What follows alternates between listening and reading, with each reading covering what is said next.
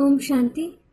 English translation of Visri number 734, clarified on 13th August 2007 at Bangalore, Karnataka.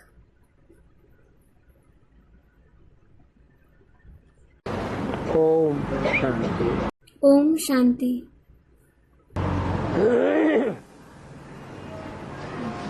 आज का प्रातः class है 15 दिसंबर 1967। Today's morning class is dated 15th December 1967.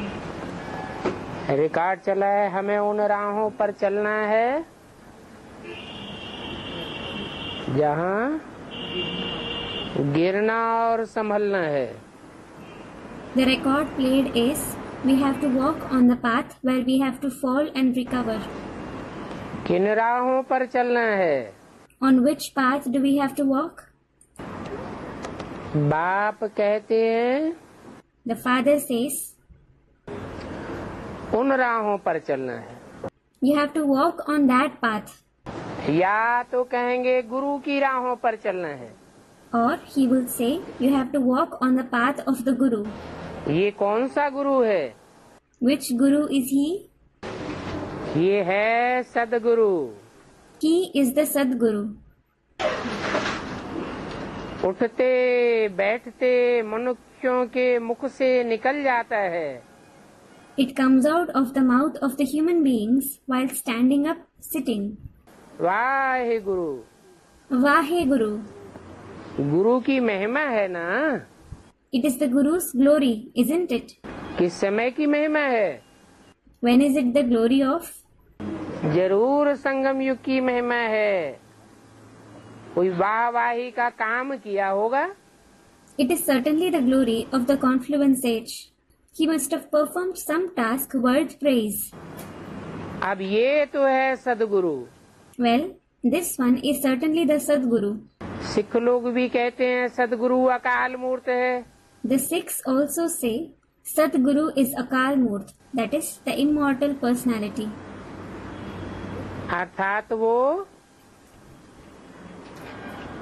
काल से परे है। It means he is beyond death. अकाल अर्थात काल उसे खा नहीं सकता। Akal means death can't devour him. काल शरीर को खाता है या आत्मा को खाता है? Does death devour the soul or the body? शरीर को खाता है। It devours the body. तो अकाल मूर्त शरीरधारी होगा या सिर्फ निराकार होगा? So, will a bodily being be Akal Murt, or will the incorporeal one alone be that? शरीरधारी होगा, शरीर को धारण करने वाला होगा, तब तो कहा गया है अकाल मूर्त। He will be a bodily being. The one who takes on a body, only then he has been called Akal Murt. उसको कोई काल नहीं खा सकता। Death can't devour him at all. उसको काल के गाल में जाते हुए कोई ने देखा ही नहीं। No one has seen him going into the jaws of death. और मूर्त है। In addition, he is Murt, that is a personality. काल से परे है और अमूर्त नहीं है। He is beyond death, but he isn't a Murt, that is without a personality. मूर्त मना साकार है। Murt means he is corporeal. सदगुरु है, सच्चा गुरु है। He is Sadguru, the true Guru. और सब गुरु की लिस्ट में आती हैं। All the others come in the list of Gurus. नंबरवार गुरु हैं। They are number-wise Gurus. वो एक ही सदगुरु अकाल मूर्त है। That one alone is Sadguru Akal Murt. जिसको फिर अकाल तख्त भी देते हैं। He is also given the immortal throne. नाम तो बहुत रख दिए हैं। They have certainly kept many names. जो भी नाम रख दिए हैं जरूर कोई काम किया होगा जिसके आधार पर नाम रखे हुए हैं। Whatever he has been named, he must have performed some task on the basis of which he has been named that. समझते नहीं हैं, They don't understand it. क्योंकि बेचारे घोर अंधियारे में हैं। It is because those poor ones are in pitch darkness. अंधियारे से निकालने वाला है ज्ञान सूर्य। It is the Son of Knowledge who takes them out from the darkness. कहते भी हैं ज्ञान अंजन सदगुरु दिया, अज्ञान अंधेर विनाश। It is also said, when the Sadguru gave the collyrium of knowledge, the darkness of ignorance was destroyed. तो कहेंगे वाह सदगुरु। So it will be said, Vah Sadguru. तो गुरु तो अनेक हैं, So there are certainly many gurus. फिर वाह सदगुरु किसको कहेंगे? Then who will be called Vahe Sadguru? किसकी महिमा गावेंगे? Who will be praised that? सदगुरु एक ही बाप है। One Father alone is Sadguru. भक्ति मार्ग के तो ढेर गुरु हैं।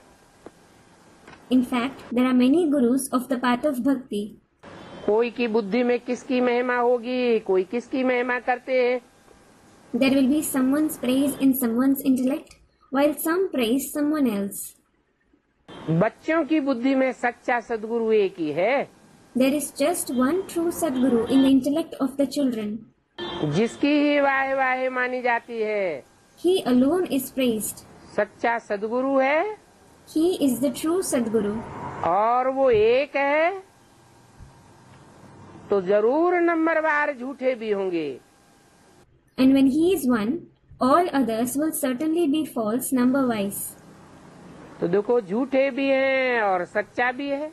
So look, there are false ones as well as the true one. अभी संगम युग में झूठ और सच का पता चलता है। Now you come to know about falsity and truth in the confluence age. तो सच होता है संगम पर और कोई युग में होता नहीं। So there is truth in the confluence age.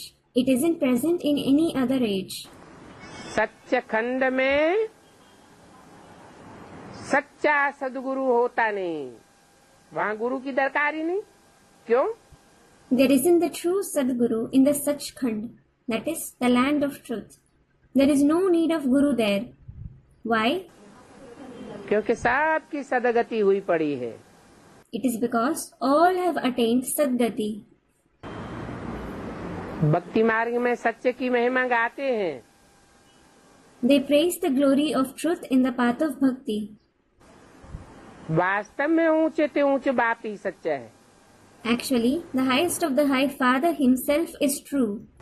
जो ही लिबरेटर गाइड भी बनता है। He becomes the liberator as well as the guide. आजकल के गुरु लोग तो गाइड बनते हैं गंगा स्नान कराने के लिए।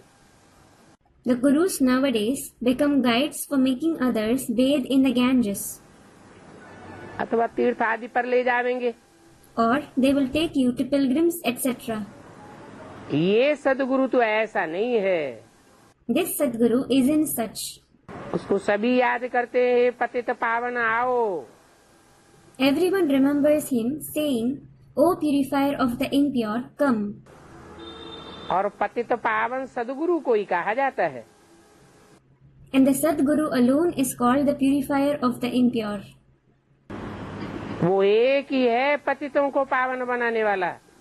He alone is the one who purifies the impure ones. जो पावन बना सकते हैं। He can purify them. वो मनुष्य गुरु लोग तो पावन बना ही नहीं सकते। Those human gurus can't purify them at all. वो कोई ऐसे नहीं कहते हैं माम एकम याद करो।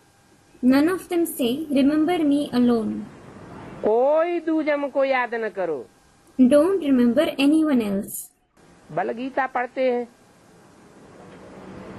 परंतु सही अर्थ का बिल्कुल भी पता नहीं है। Though they read the Gita, they don't know the true meaning at all. अगर समझते हैं सदगुरु एक है और एक ही सच्चा है तो फिर अपने को गुरु नहीं कहलाते। Had they understood that Sadguru is one and the one alone is true, they wouldn't call themselves Guru. Drama plan अनुसार भक्ति मार्ग का डिपार्टमेंट ही अलग है। The very department of the path of bhakti is different as per the drama plan. उस भक्ति मार्ग में अनेक गुरु अनेक भक्त हैं। There are many gurus, many devotees in that path of bhakti. और यहाँ तो एक ही गुरु है। And there is just one guru here.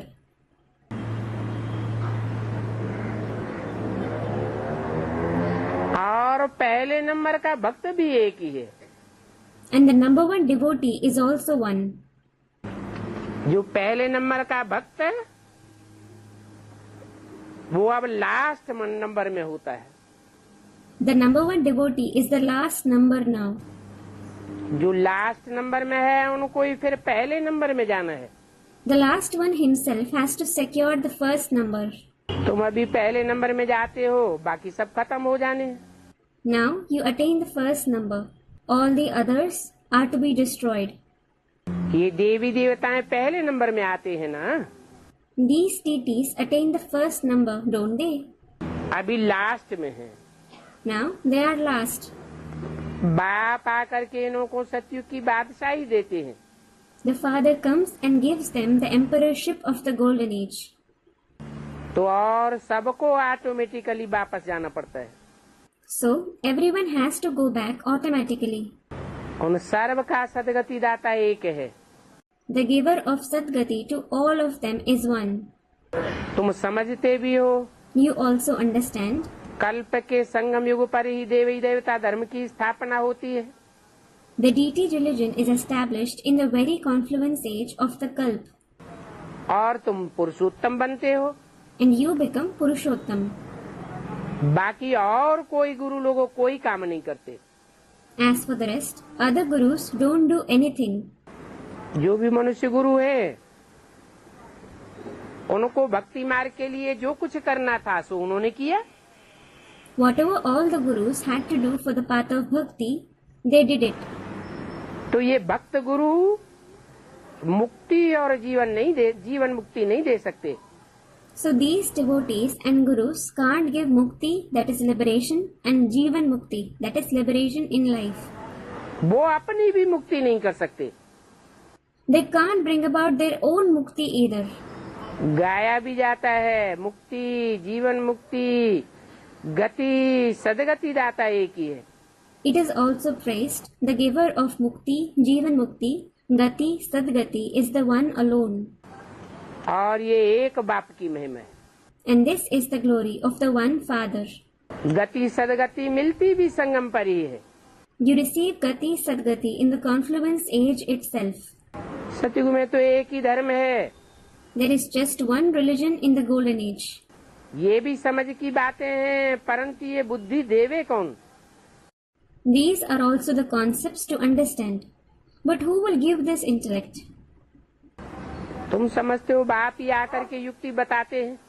You understand, the Father himself comes and tells us the method. श्रीमत देते हैं। He gives Srimad. वो श्रीमत किसको देते हैं? Whom does he give Srimad to? 500 crore को श्रीमत देते हैं क्या? Does he give Srimad to 5 billion souls? कितनों को देते हैं? How many souls does he give it to? हैं? 1 करोड़ को। Students comment. To 1 billion souls. 16,000 को श्रीमत देते हैं। Students comment. Does he give Srimad to 16,000 souls? है। Students, 450,000 souls. Yes. जो श्रीमत लेने वाले हैं सन्मुख बैठकर श्रीमत लेते हैं उनकी संख्या ही बहुत थोड़ी है। Those who take Srimad, those who sit face to face and take Srimad, their number is certainly very less. जो 84 जन्म पक्के लेते हैं They have complete 84 births. आत्माओं को श्रीमत देते हैं। He gives Srimad to the souls. बाकी और दूसरे कोई न पुरुषार्थ करके आत्मा बन पाते हैं और न धर्मराज की सजा खाकर पक्की आत्मा बनते हैं। ऑल राउंड पार्ट बजाने वाली। No one else is able to become a firm soul who plays an all-round part, either by making purusharth or by receiving the punishments of Dharmaraj. क्या रह जाता है उनके अंदर? What is left in them? जो कम जन्म लेते हैं, कम चक्कर लगाते हैं, जरूर देह भान रह जाता है। Those who have fewer births, who take incomplete round, there is certainly body consciousness left in them. आत्माभिमानी पक्के नहीं बन पाते। They aren't able to become firm soul conscious. ये बाप ही सदगुरु भी है और टीचर भी है। This father himself is the Sadguru as well as the teacher. एक ही रूप में है, बाप, टीचर और सदगुरु। There is the father, the teacher and the Sadguru in a single form. ज्ञान सिखलाते हैं ना। He teaches the knowledge, doesn't he? बाकी सभी गुरु क्या सिखलाते हैं? As for the rest, what do all the other gurus teach? हैं? भक्ति सिखलाते हैं। They teach bhakti. बाप के ज्ञान से तुम्हारी सदगति हो जाती है। You attain Sadgati through the father's knowledge. उन गुरुओं के भक्ति सिखलाने से तुम्हारी दुर्गति होती है। You attain Durgati, that is degradation, through bhakti taught by those gurus. तुम्हारी सदगति होती है, फिर इस पुरानी दुनिया से चले जाते हो। You attain Sadgati, then you go from this old world. तुम्हारा ये बेहद का सन्यास भी है। This is your unlimited renunciation too. बाप ने समझाया है, अब ये तुम्हारा 84 जन्मों का चक्कर पूरा हुआ। The father has explained, now the cycle of your 84 births is over. अब ये दुनिया खत्म होने वाली है। Now this world is to be destroyed. जैसे कोई बीमार सीरियस होता है तो कहेंगे अब ये तो जाने वाला है। Just like when someone is seriously ill, they will say that he is going to leave. उनको याद करके क्या करेंगे? What will you do by remembering him? शरीर तो खत्म हो जाएगा, His body will certainly be destroyed. बाकी आत्मा जाकर के दूसरा शरीर लेती है। As for the rest, the soul goes and takes another body. उम्मीद टूट जाती है ना। Hope fades, doesn't it? Bengal में तो जब देखते हैं उम्मीद नहीं है तो गंगा पर जाकर के डुबो देते हैं कि इनके प्राण निकल जाएं जल्दी। In Bengal, when they see that there isn't any hope of someone's living, they go and drown him in the Ganges so that he leaves his body soon. पहले से ही ले जाते हैं। They take him there beforehand. आत्मा तो निकल गई, The soul certainly goes away. फिर मुर्दा तो काम का नहीं रहता। Then the corpse is of no use. देवी देवताओं की मूर्तियों की भी पूजा करके फिर कहते हैं डूबी जा। They also worship the idols of deities and say, drown. मुर्दा को ले जाता है, प्राण रहते ही ले जाता हैं? है। मुर्दा को ले जाता है या प्राण रहते ही ले जाता है? बंगाल में पहले ही ले जाते हैं। Student, do they take the dead body or do they take him while he is alive? In Bengal, they take someone beforehand. मूर्तियों की भी पूजा करके फिर कहते हैं डूबी जा। They worship even the idols, then say, drown. मूर्ति में तो प्राण नहीं होता है। There certainly isn't life in the idols. अभी तुम जानते हो, Now you know ये सारी पुरानी दुनिया डूब जानी है। this entire old world is to drown. और तुम्हारी कौन सी दुनिया बन रही है? And which world of yours is being created? नई दुनिया बन रही है। The new world is being created. पुरानी दुनिया सारी डूब जाएगी। The entire old world will drown. Floods होगी, आग लगेगी। There will be floods. There will be fire. भूख प्यास में मनुष्य मरेंगे। Human beings will die out of hunger and thirst. ये सब हालतें आनी है। All these conditions are going to arise. Earthquake आदि में भी मकान आदि गिर पड़ेंगे। The buildings etc. will fall in earthquakes etc. too. ये सब हद में ही होगा या बेहद में भी होगा? Will all this take place just in the limited or in the unlimited too? है? Students, it will take place in the unlimited as well. पहले बेहद में होगा कि पहले हद में होगा? Will it take place in the unlimited or the limited first? Students, in the unlimited. पहले बेहद ब्राह्मणों की दुनिया में सब कुछ चलता है। First, everything takes place in the unlimited world of Brahmins. और बाद में बाहर की हद की दुनिया में भी चलेगा। Then, it will also take place in the outside limited world. ब्राह्मणों की दुनिया में अर्थक्वेक कैसे होगी? How will there be earthquakes in the world of Brahmins? जो धारणावान धरणी है नंबरवार, वो धनरी रूपी माताएं कन्याएं हिल पड़ेंगी। Students reply, those who are the lands who assimilate the knowledge number wise, those mothers and maidens in the form of land will shake. जैसे earthquake आता है Just like when an earthquake occurs, तो बड़े बड़े संगठन रूपी मकान टूट पड़ते हैं। the very big building like gatherings shatter. इस समय प्रकृति को गुस्सा आता है। The nature gets angry at this time. प्रकृति का मुख्य तत्व कौन सा है? Which is the main element of nature? हैं? अरे Arey, पृथ्वी जो है वो स्वयं एक बड़ा तत्व है। Earth is a big element in itself. प्रकृति के 5 तत्व, There are 5 elements of Earth. 5 तत्वों में बड़े से बड़ा तत्व पृथ्वी। Earth is the biggest element among the 5 elements. जैसे माया के 5 रूप, For example, there are 5 forms of Maya.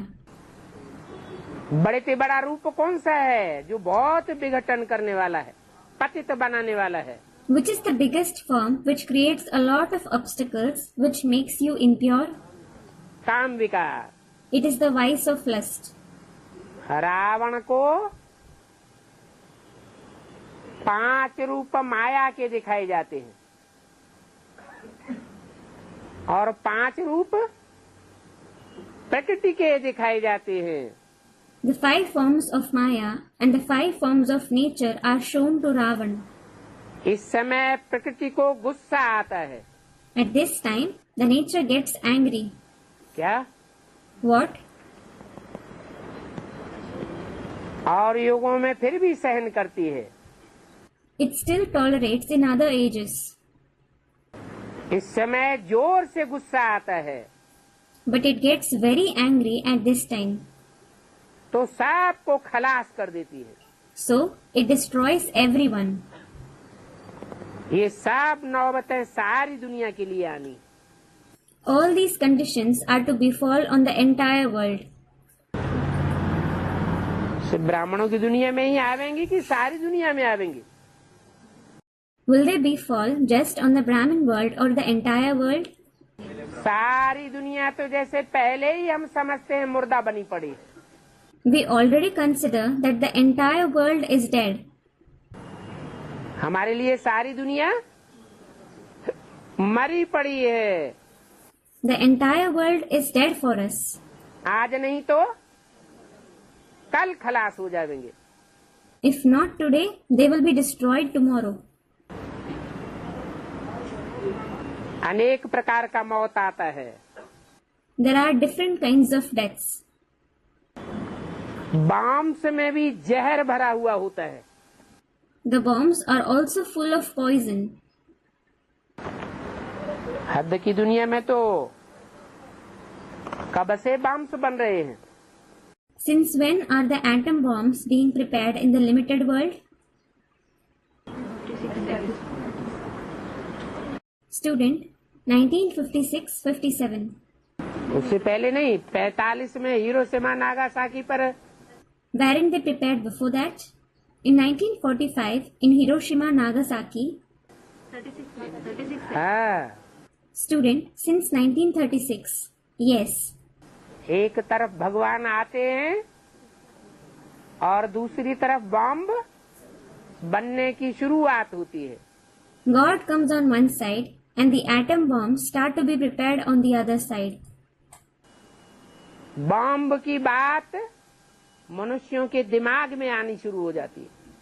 Human beings get the idea of bombs in their intellect. पुरानी दुनिया का विनाश का भी काम शुरू होता है। The task of the destruction of the old world also starts.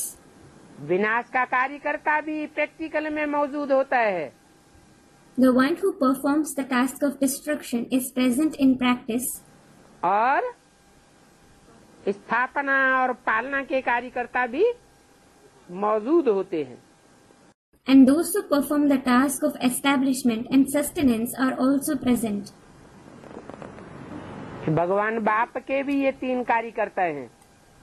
These 3 are the workers of God the Father too. तो बॉम्ब्स में जहर भरा हुआ है। So the bombs are full of poison. थोड़ी सी भी बास आवेगी, बदबू आवेगी और बेहोश हो जाते। They become unconscious on having a slight stench. ब्राह्मणों की बेहद की दुनिया में कौन से बम छूटेंगे जिनमें बदबू भरी हुई होगी? Which stenchy bombs will explode in the unlimited world of Brahmins? और ऐसी कड़क बदबू होगी कि जो भक्त किस्म की आत्माएं होंगी, जिन्होंने भक्ति पूरी नहीं छोड़ पाई होगी, जिन्होंने एक सदगुरु बाप को पूरा नहीं पहचाना होगा, वो दूसरे गुरुओं की चपेट में आ जाएंगे। And it will have such a strong stench that the souls who are of the category of devotees who aren't able to leave bhakti completely, who haven't recognized the one Sadguru, the Father, completely, they will come in the clutches of other gurus. और सुनी सुनाई बातों से भारतवासियों ने जैसे पहले दुर्गति पाई भक्ति मार्ग में, वैसे अभी भी दुर्गति पाने की शूटिंग कर लेंगे। And just like the Bharatvasis underwent Durgati by hearsays earlier in the path of Bhakti, similarly, they will perform the shooting of undergoing Durgati now as well. ग्लानि की बदबू बुद्धि में घुसी और मरे। The stench of defamation will enter, that is, influence their intellect, and they will die. तो ये तुम बच्चे जानते हो कि क्या क्या होने वाला है। So, you children know what all is to happen और कैसे होने वाला है। and how it is to happen. ये सब कौन कराते हैं? Who enables all this to happen? है? बम में बदबू बाप भरवाते हैं क्या? Does the Father enable them to imbue the bombs with stench? बाप तो नहीं कराते। The Father certainly doesn't enable them to do so. बाप कंस्ट्रक्शन करावेंगे या destruction करावेंगे? Will the Father enable them to do construction or destruction? ये तो drama में नूद है। This is certainly recorded in the drama. कोई के ऊपर दोष नहीं देंगे। You can't blame anyone. ये ड्रामा का प्लान बना हुआ है। This plan is ordained in the drama. अनादि प्लान है। It is the eternal plan. कल्प कल्प ऐसा होता है। It happened in every cycle. पुरानी दुनिया तो फिर नई जरूर होगी। The old world will certainly become new. Natural calamities जरूर होगी। The natural calamities will occur for sure. विनाश होने का है ना। Destruction is about to take place, isn't it? 15 दिसंबर 1967 की वाणी का दूसरा page. It is the second page of the Vani dated 15th December 1967. तो तुम बच्चों को इस पुरानी दुनिया से बुद्धि योग हटाए देना चाहिए। So you children should break the connection of your intellect with this old world. जो कुछ इन आँखों से देखते हो वो सब स्वाहा हो जाने वाला है। Whatever you see with these eyes, all that is to be burned to ashes. इसलिए कहते हैं विनाश सामने खड़ा है। This is why it is said, destruction is standing ahead. सारी दुनिया से बुद्धि को हटाए देना चाहिए। इसको बेहद का संन्यास कहा जाता है। You should break the connection of your intellect with the entire world. This is called the unlimited renunciation. अब तुम कहेंगे वाह हे सदगुरु, Now you will say, Vahe Sadguru, जिसने हमको इतना अच्छा रास्ता बताया, who showed us such a good path. पहले से ही बता दिया ना। He showed it earlier itself, didn't he? बच्चों को भी समझाते हैं। He explains to the children as well. ऐसी कोई चलन न हो जो उसकी निंदा हो। You shouldn't have any of such behavior that defames him. तुम तो यहाँ जीते जी मरते हो। You certainly die here while being alive. क्या What? स्थूल मौत नहीं होती है तुम्हारी? You don't have a physical death. कैसी मौत होती है? What kind of death do you have? जीते जी इस दुनिया से, देह भान से, देह के संबंधियों से, देह के पदार्थों से तुम अपने को मार लेते हो। You kill yourselves from this world, body conscious, bodily relatives, bodily objects while being alive. देह को छोड़ अपन को आत्मा समझते हो। You leave body consciousness and consider yourselves to be a soul. देह से न्यारी आत्मा बन बाप को याद करना है। You have to become the soul that is detached from the body and remember the Father. और ये याद की युक्ति भी बाप ही सिखाते हैं। And the Father alone teaches this method of remembrance too. ऐसे ऐसे देह का भान तोड़ते जाओ। Keep removing the consciousness of the body this way. तुम कहेंगे बाबा ने रास्ता हमको बहुत अच्छा बताया। You will say, Baba showed us a very good path. वाह हे सदगुरु वाह। Vahe Sadguru Vah. पारलौकिक सदगुरु की ही वाह वाह होती है। The Paralokik Sadguru himself is praised. ये लौकिक गुरुओं की वाह वाह नहीं होती है। These Lokik Gurus aren't praised.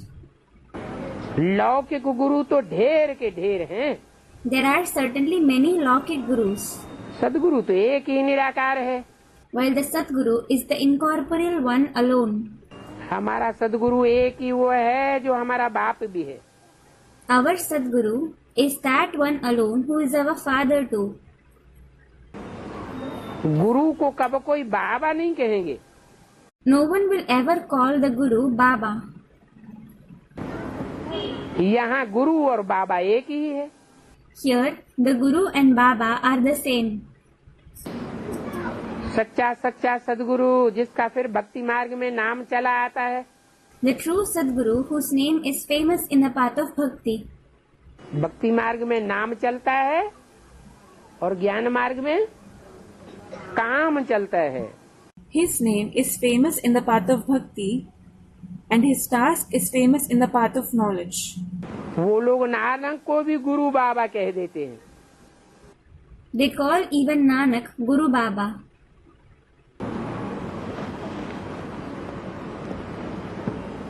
परंतु वह तो किसका गुरु बाबा हो नहीं सकता।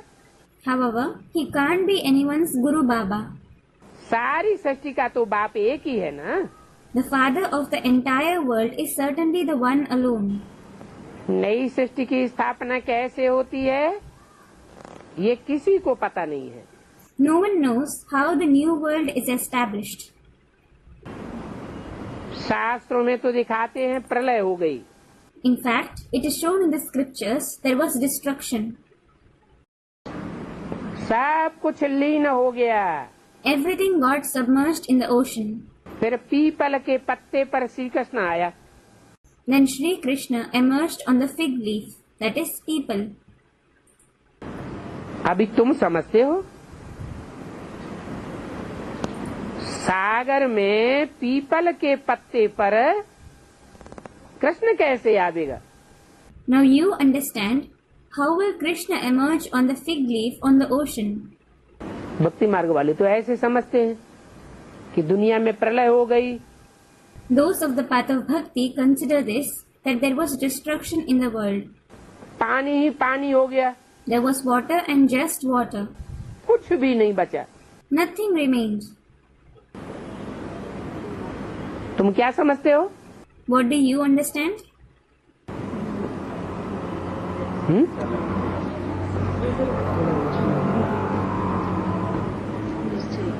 सन 76 के लिए घोषणा हुई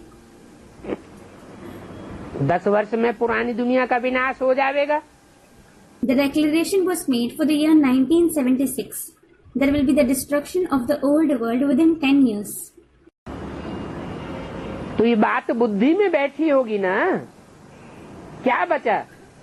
So this concept must have sat in the intellect, mustn't it? What remained? है? आप मुए मर गई दुनिया। If you die, the world is dead for you. सारी दुनिया जैसे खलास हो गई, एक ज्ञान सागर ही बचा। It is as if the entire world was destroyed. The ocean of knowledge himself remained. बाकी सब सागर में समा गए। All others got merged into the ocean. तुम्हारी बुद्धि में है कि पीपल के पत्ते पर कृष्ण कैसे आया? It is in your intellect how Krishna came on the fig leaf. People का पत्ता क्या है? What is the fig leaf? People का पत्ता माना थोड़ा सा हवा का झोंका आया तो बहुत हिलता डुलता है। The fig leaf means it shakes a lot with a slight blow of wind. जैसे लगता है कि पीपल की पत्ते की हल्की नवैया अब डूबी की डूबी। It seems that the light board of the fig leaf is as good as drowned now.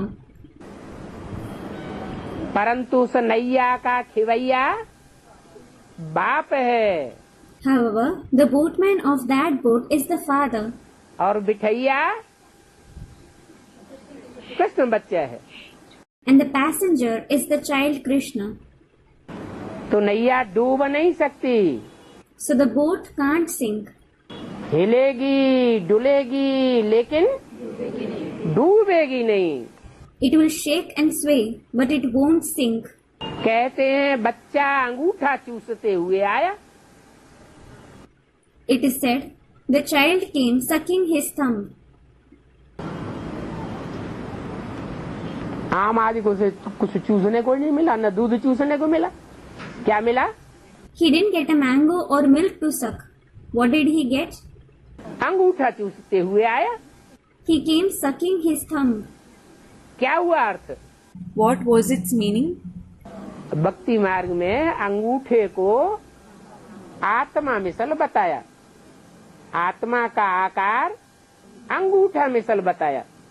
In the path of bhakti, the thumb is said to be like the soul.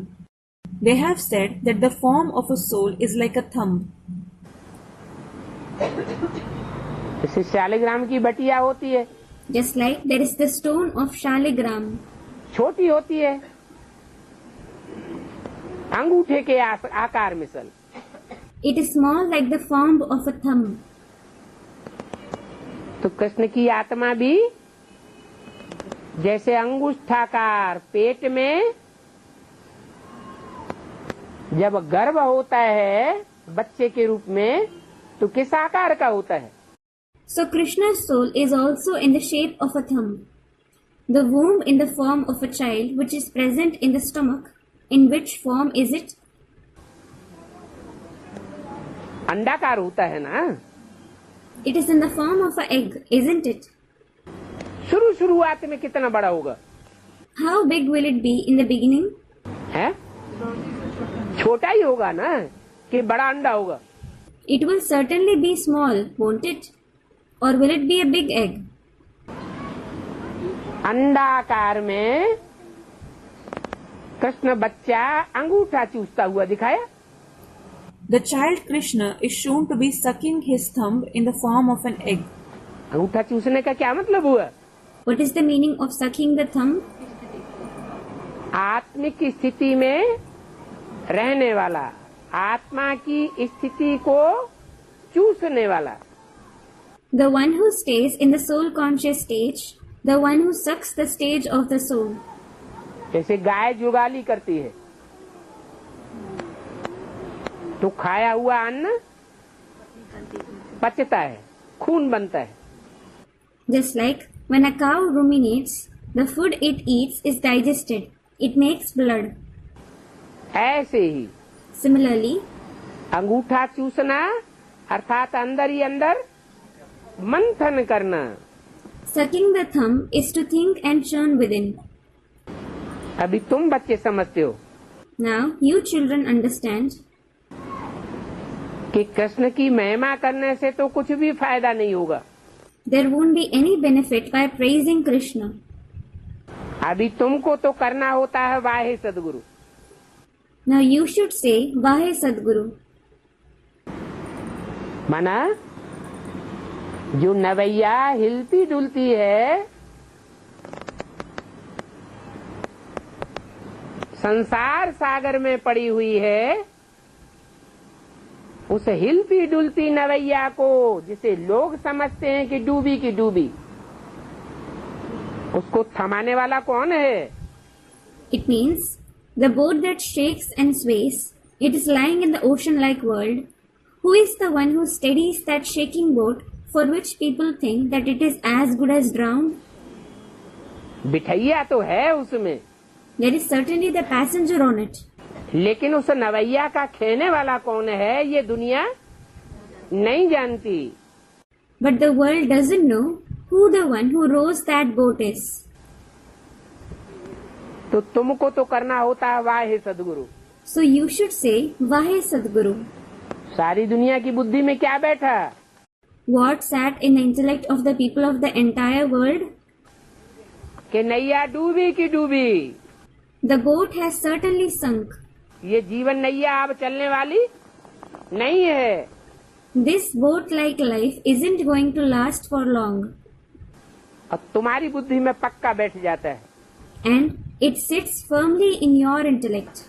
कि खिवैया वाहवाही करना कराने वाला है, The rower is going to enable your boat to be praised.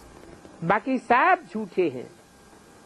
All the others are false. क्या? What? बाकी सब हैं नवैया को डुबोने वाले, All others make the boat sink. और एक है नवैया को संसार सागर जो विषय सागर है उससे पार ले जाने वाला है। And there is the one who takes the boat across the ocean-like world, the ocean of vices. बाकी सब गुरु झूठे। As for the rest, all the gurus are false. उनके संग के रंग से तुम सीढ़ी नीचे उतरते हो। You descend the ladder by the color of their company. भक्ति मार्ग में अनेक गुरु करते सीढ़ी उतरते आए। You have been descending the ladder by making many gurus in the path of bhakti. अभी तुमको सदगुरु मिला है, Now you have found the Sadguru चढ़ती कला कराने वाला। who makes you have the ascending celestial degrees.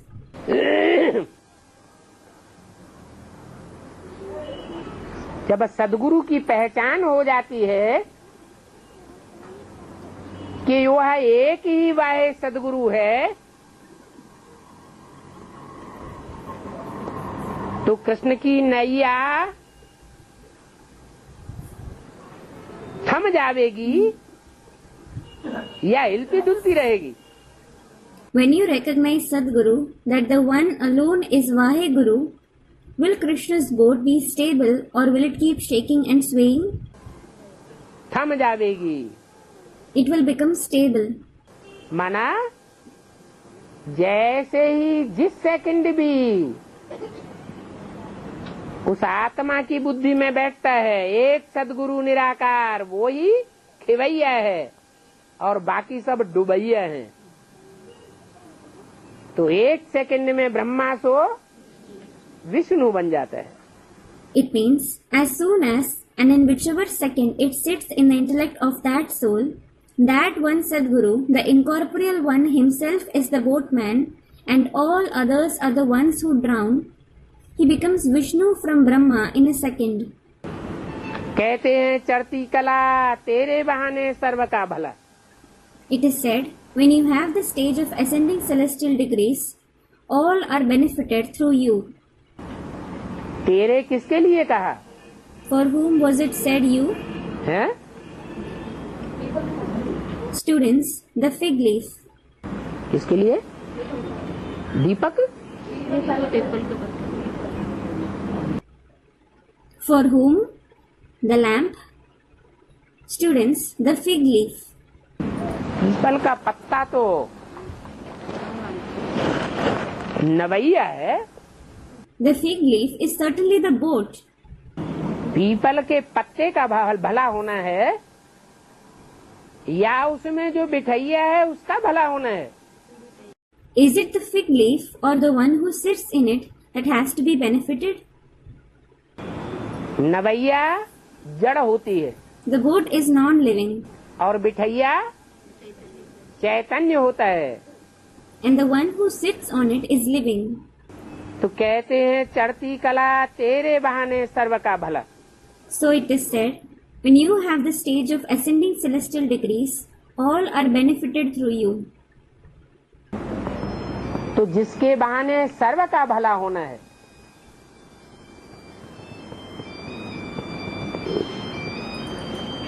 वो सर्व के भले की बात बुद्धि में आनी चाहिए। So the one through whom all are to be benefited, the concept of the benefit of all should come in the intellect. रूहानी बाप बैठा आत्माओं को समझाते हैं। The spiritual father sits and explains to the souls. देह अभिमानियों को नहीं समझाते। He doesn't explain to the body conscious ones. 84 जन्म भी आत्मा ने लिए हैं। The soul has had 84 births. क्या? What? जो देह अभिमानी सांढे के सांढे रह जाते हैं उन्होंने 84 जन्म नहीं लिए हैं। Those who stay as the body conscious bulls, they haven't had 84 births. आत्मा ने 84 जन्म लिए। The soul has had 84 births. शरीर तो बदलता जाता है। The body certainly keeps changing. तुम्हारी बुद्धि में ये सब बातें हैं। You have all these concepts in your intellect. सारी नॉलेज बुद्धि में रहनी चाहिए You should have the entire knowledge in your intellect, ताकि कोई भी आवे तो उनको समझावे। so that you should explain to anyone who comes. सृष्टि के आदि में था देवी देवताओं का राज्य। There was the kingdom of deities in the beginning of the world. क्या? What? पहले ब्राह्मण या पहले देवी देवता? Are there Brahmins or deities first? Students, Brahmins. तो ब्राह्मणों का राज्य होना चाहिए या देवी देवताओं का राज्य होना चाहिए? Should there be the kingdom of Brahmins or the kingdom of deities? ब्राह्मण अधूरे हैं। Students reply, Brahmins are incomplete. अपन को सेवाधारी समझने वाले हैं। ब्राह्मणों का बाप भी क्या बनकर आता है? They are the ones who consider themselves to be serviceable. What does the father of Brahmins also come as? Student, obedient servant. एकदम ओबीडिएंट सर्वेंट बनकर आता है। He comes as a complete obedient servant. तो बच्चे भी जो obedient servant बनकर रहते हैं, देह अभिमान पूर्वक सेवा नहीं करते हैं, आत्माभिमानी बनकर सेवा करते हैं, रूहानियत में रह करके सेवा करते हैं, वो ही ब्राह्मण सो पक्के देवता, संपूर्ण ब्राह्मण सो देवता बनते हैं। So the children too, who stay as obedient servants, who don't do service out of body consciousness, who do service being soul conscious, who do service with spirituality, they themselves become deities from complete Brahmins. फिर मध्य में रावण राज्य हुआ। Then there is the kingdom of Ravan in the middle. सीढ़ी उतरते ही रहे। You just kept descending. सतयुग में कहेंगे सतो प्रधान, फिर सतो रजो तमो में आते हैं। Then it will be said that you were Sato Pradhan in the golden age. Then you passed through Sato, Raju and Tamo stages. तो तुम बच्चे जानते हो हम कैसे 84 जन्म लेते आए। So you children know how you kept having 84 births. 84 जन्मों में उतरने का क्या कारण हुआ? What is the reason of descending in 84 births? चाहे देवताओं की दुनिया हो, चाहे दैत्यों की दुनिया हो, दोनों ही दुनिया में उतरते रहे या चढ़ना भी हुआ। Whether it is the world of deities or the world of demons, did you keep falling in both the worlds or did you even rise? उतरते ही रहे। कारण क्या हुआ? You just kept falling. What was the reason?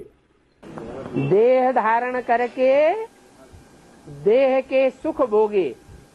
You took on the body and experienced the pleasures of the body. ज्ञानेंद्रियों से जब तक सुख भोगे तो उतरना धीमी गति से हुआ। As long as you experienced the pleasures through the Gyanendriya, you fell with a slow pace.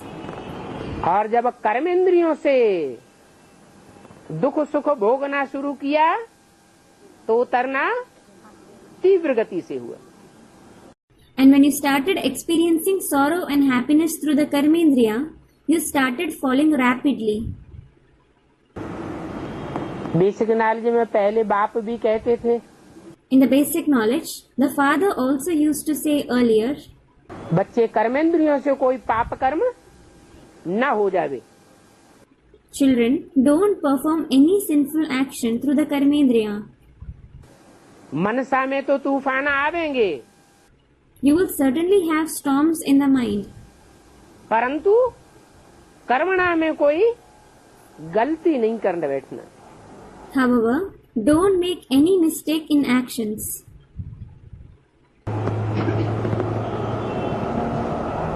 तो उतरना शुरू से ही होता है। So, you start falling from the very beginning. उसका अंत होता है संगम युग में। It ends in the confluence age. संगम युग में चढ़ती कला तेरे बहाने सर्व का भला। In the confluence age, when you have the stage of ascending celestial degrees, all are benefited through you. चढ़ती कला की निशानी क्या होगी? What will be the sign of the one with ascending celestial degrees? है? क्या बताया? What did you say? हाँ, Student, he will benefit everyone. Yes. चढ़ती कला की निशानी ही होगी, वो स्वार्थ में नहीं लगा रहेगा। The very sign of the one with ascending celestial degrees will be that he won't be engaged in selfish motives. क्या करेगा? What will he do? परमार्थ के लिए सब कुछ करता रहेगा। He will keep doing everything for others. अगर परमार्थ के कार्यों में लगा हुआ है, देह के पदार्थों की, देह के संबंधियों की कोई चिंता नहीं है, सिर्फ परमार्थ के कार्य में ही लगा हुआ है, तो उससे क्या साबित होता है? If he is engaged in the task of altruism, if he has no worry about his body, the bodily things, the bodily relatives, if he is just engaged in the tasks of altruism, what is proved by it? कि आत्मा की चढ़ती कला है। It is the ascending celestial degrees of the soul. तो जिसकी चढ़ती कला है उसके लिए बोला तेरे बहाने सर्व का भला। So, the one who has the ascending celestial degrees, it has been said for him, all are benefited through you. तेरे किसके लिए बोला? For whom was it said you? रुद्रमाला है, तो रुद्रमाला में बाप प्रवृत्ति मार्ग का बन के आता है या निवृत्ति मार्ग का? When it is said for the Rudramala, does the father come as the one of the Pravritti Marg or the Nivritti Marg? Students, Pravritti Marg. तो बच्चे भी निवृत्ति मार्ग के होंगे या प्रवृत्ति मार्ग वाले होंगे? Then, will the children also be the ones of the Nivritti Marg or the Pravritti Marg? भाई बहन होंगे या नहीं होंगे? Will they be brothers and sisters or not? होंगे। They will be. तो जब तेरे कहा So when it was said you, तो जरूर कोई ऐसा बीज है जो दो दलों वाला है। there is certainly a seed with two parts. उसमें एक पत्ते का पार्ट बजाने वाला है, One of it plays the part of a leaf. पत्ता रूपी नवैया का पार्ट बजाने वाला है, It plays the part of the boat-like leaf. और एक बिठैया का पार्ट बजाने वाला है, And another plays the part of the passenger. और तीसरा खिवैया का पार्ट बजाने वाला है। And the third one plays the part of the rower. कोई कोई कहते हैं बाबा को क्या पड़ी थी जो 84 के चक्र में हमको गिराया। Some say, why did Baba have to make us fall in the cycle of 84 births? अरे ये तो अनादि बना बनाया ड्रामा है। Arey, this is certainly the eternal preordained drama. बाप ने बनाया क्या? Did the father make it? अगर बाप ने बनाया तो बाप को क्या शौक पड़ा हुआ था जो बार बार नीचे आवे?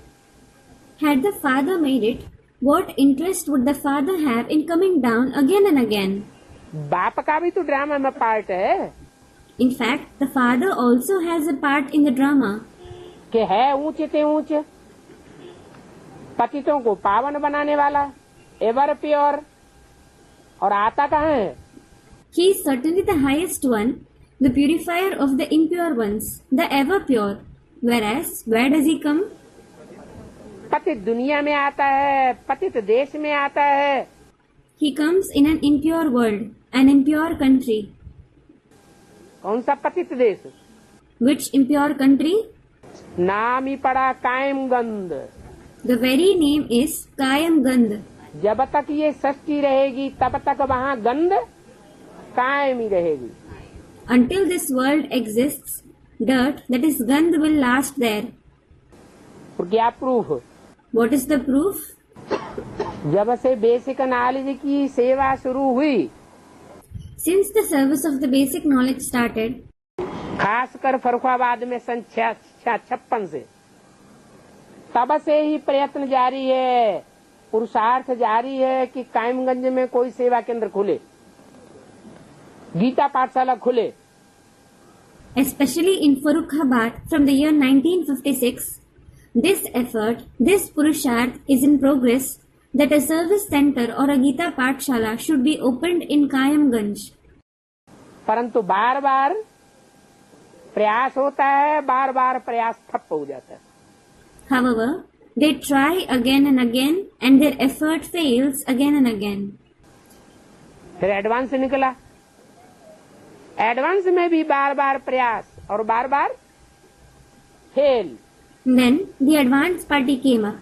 It was tried again and again in the advanced party as well and it failed again and again.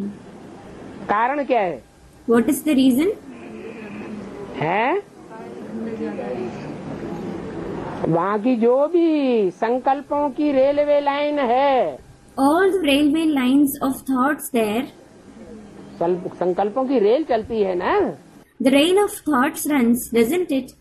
ऐसी रेलवे लाइन है जहाँ जास्ती स्टेशन के नाम गंध के ऊपर है। It is such a railway line that most of the stations there have the name Gandh, that is dirt. जहाँ जहाँ थोड़ा रुकेगी थोड़ा भी मनन चिंतन मंथन रुका और गंध चालू हो जाती। Wherever it stops for a while, wherever the thinking and churning stops, dirt begins. और उसका नाम रखा है कायम गंध, And it has been named Kayam Gandh, खुदा गंध, Khuda Gandh, गुरु सहाय गंध, गुरु की सहायता करने वाली गंध भी है। Guru Sahay Gandh. There is also the Gandh, that is dirt, that helps the Guru. ऐसे ऐसे नाम रखे हुए हैं। They have kept such names.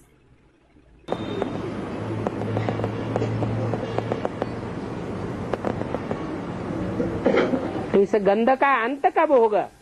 So, when will this dirt end? अविनाशी गंध है क्या? Is it the imperishable dirt? कायम गंध माना What does Kayam Gandh mean?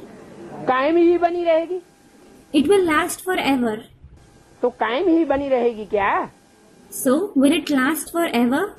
नहीं, No. ये गंध अविनाशी नहीं है। This dirt isn't imperishable.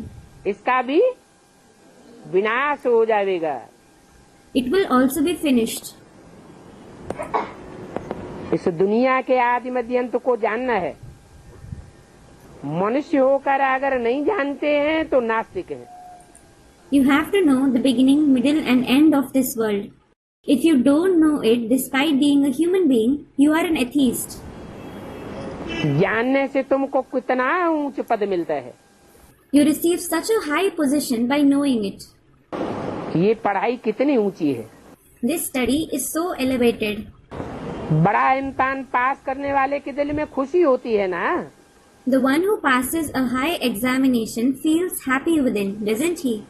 कि ये इम्तिहान पास करके हम बड़े से बड़ा दर्जा पावेंगे, मर्तबा पावेंगे। He thinks, I will attain the highest rank, the highest status after passing this exam. तो वो खुशी किसी को हासिल हुई है या नहीं हुई है? हुई है। किसको हासिल हो गई है? कहाँ हासिल हो गई? So, has anyone received that joy or not? Student replies, someone has. Who has received it? Student, Lakshmi Narayan. How did they receive it? Lakshmi का तो आता पता भी नहीं है अभी। There are no whereabouts of Lakshmi yet. ये भी तुम बच्चे जानते हो। You children know this as well. ये लक्ष्मी नारायण राजयोग सीख कर मनुष्य से देवता बने हैं। These Lakshmi and Narayan have become deities from human beings by studying Raj Yoga. इन देवताओं का अधिपति है He is the lord of these deities. कौन Who? है? कौन है अधिपति? Who is the lord? अरे Are? लक्ष्मी नारायण तो दो हो गए। Students, Lakshmi Narayan. Lakshmi Narayan are certainly two. अधिपति एक होगा या दो होंगे? Will the Lord be one or two? बाबा ने कल भी समझाया था। Baba explained yesterday as well.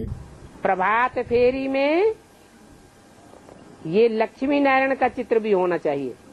There should be the picture of these Lakshmi Narayan too in the morning rally. इस पढ़ाई से ये राजधानी स्थापन हो रही है। This capital is being established through this study. पढ़ाई से कितना ऊंच पद मिलता है। You receive such a high position through the study. Wonderful बात है ना। This is a wonderful concept, isn't it? इतने बड़े बड़े मंदिर जो बनाते हैं उन्हों से जाकर के पूछो। Those who make such big temples, go and ask them. कि शास्त्रों में लिखा हुआ है कि सतयुग में लक्ष्मी नारायण का राज्य था। It is written in the scriptures that there was the kingdom of Lakshmi and Narayan in the golden age. तो उनसे पूछो So ask them, कि सतयुग आदि में इन्होंने कैसे जन्म लिया how were they born in the beginning of the golden age जो लक्ष्मी नारायण बने? so that they became Lakshmi and Narayan? वो तो बता ही नहीं सकेंगे। They won't be able to answer. बता सकेंगे? Will they be able to answer? Students, no. Tata Birla से जाके पूछो, ऑल इंडिया में जिन्होंने ढेर सारे मंदिर बनाए हैं, लक्ष्मी नारायण के भव्य मंदिर, बड़े बड़े, उनसे पूछो। Go and ask Tata, Birla, who have built very grand and magnificent temples of Lakshmi and Narayan in all India. Ask them. छोटे मोटे देवताओं की तो बात ही छोड़ दो। Leave about the small deities. जैसे देवियों के छोटे छोटे मंदिर बनाते हैं, For example, they built small temples for Devis. भव्य मंदिर बनाने वाले से जाकर पूछो। Go and ask those who build grand temples. इन्होंने ये जन्म कैसे लिया? है? How did they have this birth? हद का जन्म लिया होगा या बेहद का जन्म लिया होगा? Would they have had the limited birth or the unlimited birth? है? बेहद का जन्म कैसे होता है? Student, the unlimited birth. How is the unlimited birth? है? ज्ञान में आना माना बेहद का जन्म। Student, by taking the knowledge. Does coming in knowledge mean the unlimited birth? कोई बताए नहीं सकेंगे। No one will be able to answer.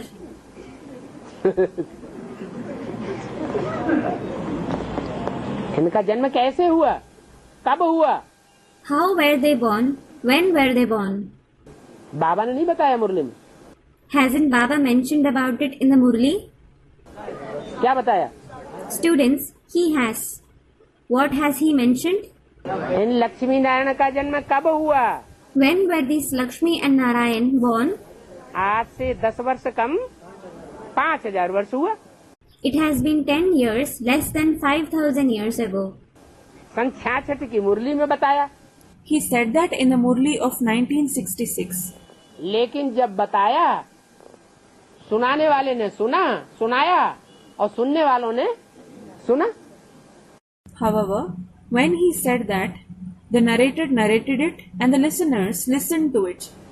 किसी की बुद्धि में कुछ बैठा Did anything sit in anyone's intellect? है? कोई की भी बुद्धि में कुछ बैठा? Did anything sit in anyone's intellect? सैकड़ों हजारों सुनने वाले, There were hundreds and thousands of listeners. सुनने वालों ने सुना। The listeners listened to it. तो कैसे जन्म लिया? So, how were they born? हद का जन्म तो नहीं लिया होगा। They mustn't have had a limited birth. कैसा जन्म लिया? What kind of birth did they have? बेहद का जन्म लिया। They had an unlimited birth. पहले तो बुद्ध रूपी धरणी में अपने पार्ट की प्रत्यक्षता पक्की बैठ जानी चाहिए। First, the revelation of your part should sit firmly in the land like intellect. तुम ही जानते हो, ये तो गीता वाला ही राजयोग है। You alone know that this is certainly the Raj Yoga of the Gita. Gita पढ़ते आए हैं, परंतु उस पढ़ने से कुछ भी फायदा नहीं हुआ। You have been reading the Gita, but there hasn't been any benefit by reading it. है? यज्ञ के आदि में भी गीता पढ़ते थे, अर्थ बैठकर सुनाते थे, परंतु फायदा कुछ भी नहीं हुआ। The Gita was read and its meaning was narrated in the beginning of the Yajna as well, but there wasn't any benefit. अभी तुमको बाप बैठ सुनाते हैं। Now, the father sits and narrates to you. क्या? What? गीता का असली अर्थ है बाप बैठ सुनाते हैं। तुम कहते हो बाबा हम आपसे 5000 वर्ष पहले भी मिले थे। The father sits and narrates the true meaning of the Gita. You say, Baba, we met you 5,000 years ago too. क्यों मिले थे? Why did you meet? स्वर्ग का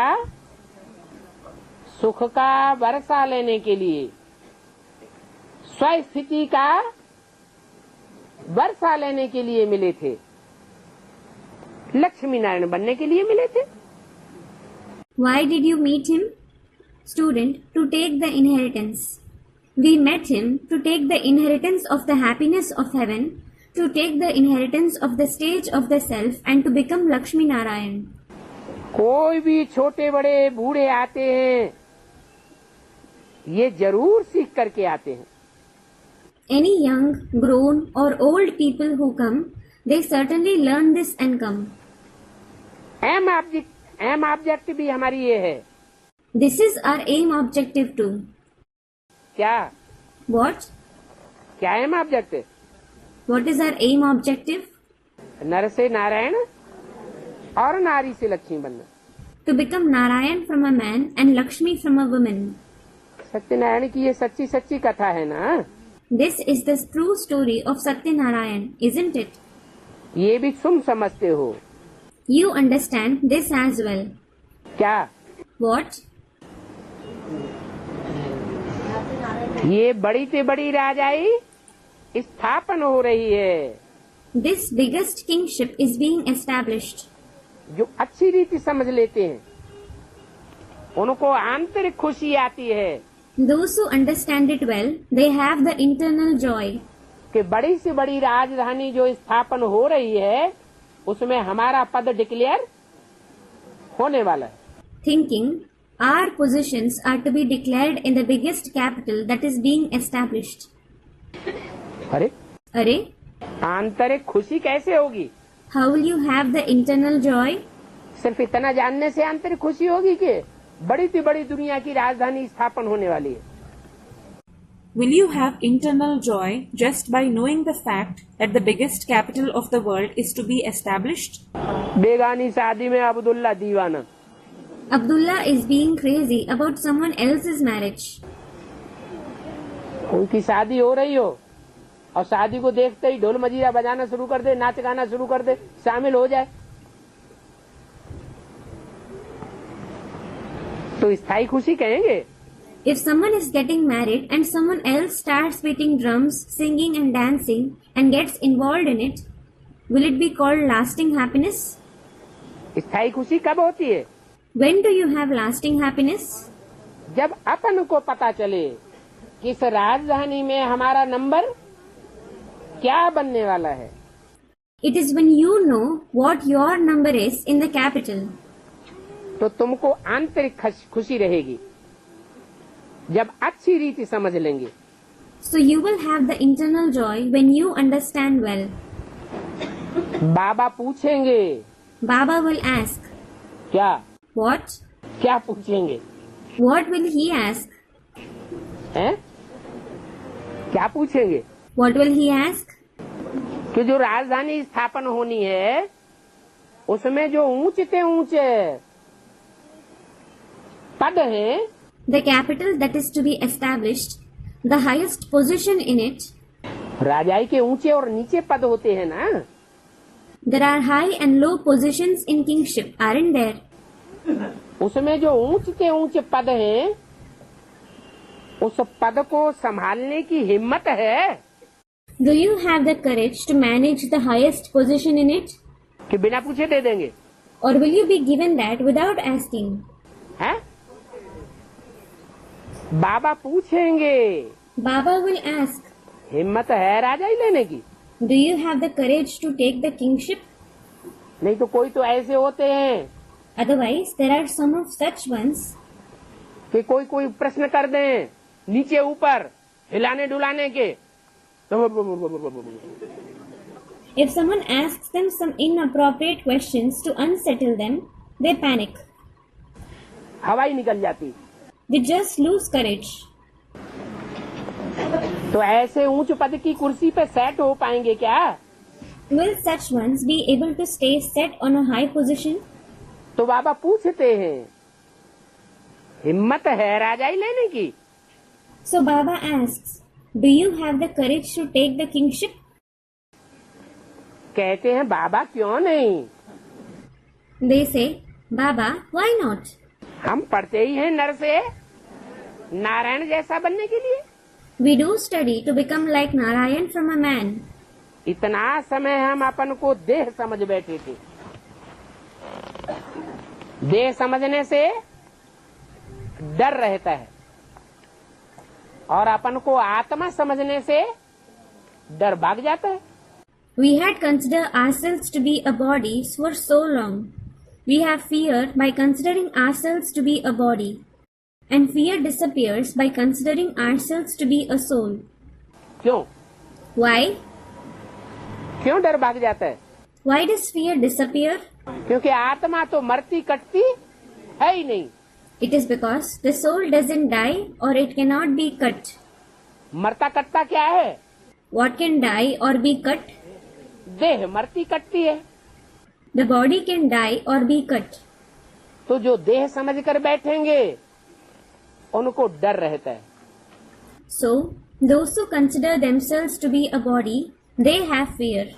और जो अपन को पक्का अनुभव कर लेंगे, पक्का से पक्का प्रैक्टिस कर लेंगे कि हम क्या हैं, And those who firmly practice themselves to be what? हम आत्मा हैं, उनको तो फिर कोई भी परवाह नहीं रहेगी। We are souls. Then they won't have any worry at all. अभी बाप ने हमको राइटियस रास्ता बताया है, Now, the Father has showed us the righteous path. तो ऐसा देही अभिमानी बनने में मेहनत लगती है। So it involves hard work to become such soul conscious. घड़ी घड़ी अपने नाम रूप में फंस मरते हैं। You are trapped in your name and form every now and then. बाप कहते हैं The Father says, अभी इस नाम रूप से न्यारा होना है। now you have to go beyond this name and form. बाप ने ये फिर समझाया है, Then the Father has explained this. तो समझ लेते हैं। So you understand it. बाप नाम रूप से न्यारा है ना। The Father is beyond name and form, isn't He? कि अपने नाम में और अपने रूप में फंसा हुआ है। बाप भी नाम और रूप से न्यारा है। Or is He trapped in His name and form? The Father is also beyond name and form. हम आत्माएं भी नाम रूप से न्यारी होनी चाहिए। We souls should also be beyond name and form. बाप है सुप्रीम परमपिता। The Father is the Supreme Father. लौकिक बाप को कब परमपिता नहीं कहेंगे? The Lokik Father will never be called the Supreme Father. क्यों नहीं कहेंगे? Why won't He be called that? लौकिक बाप को परमपिता क्यों नहीं कहेंगे?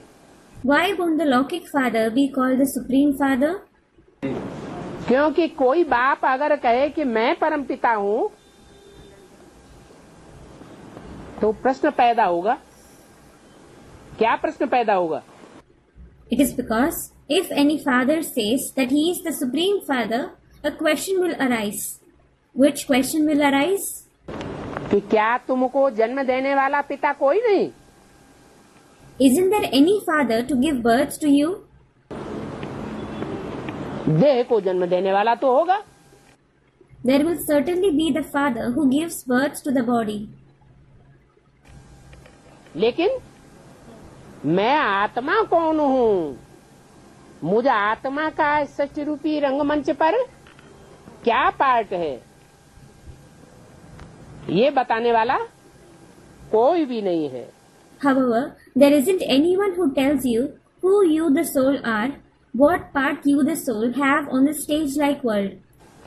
परम अक्षर एक ही बाप को दिया हुआ है। The word Supreme is used for the one Father alone.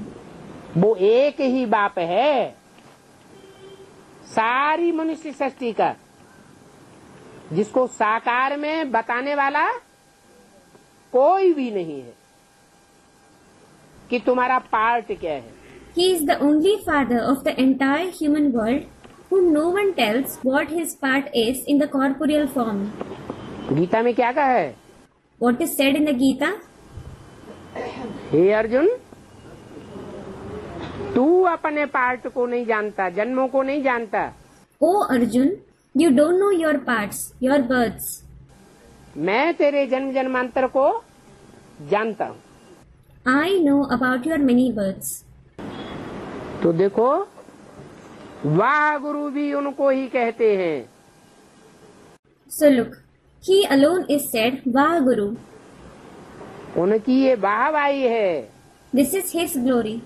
तुम सिख लोगों को भी समझा सकते हो। You can explain to the Sikhs as well. ग्रंथ में तो इन बातों का पूरा पूरा वर्णन है। There is complete description about these concepts in the Granth.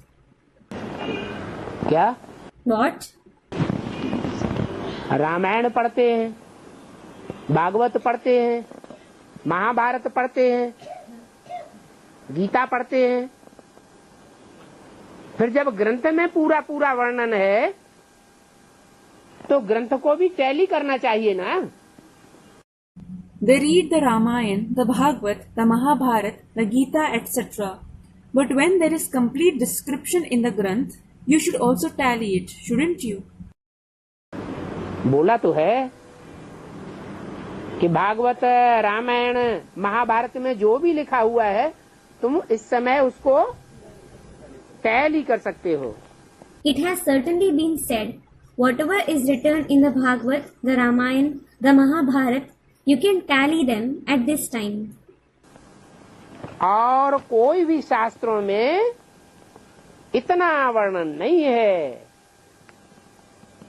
जितना ग्रंथ साहब, जप साहब और सुखमणि में इतना वर्णन है। There isn't as much description in any other scriptures as there is in the Granth Sahib, the Jap Sahib and the Sukhmani. कौन सा वर्णन? Which description? गुरु की महिमा का। About the glory of the Guru. Om Shanti. Om Shanti.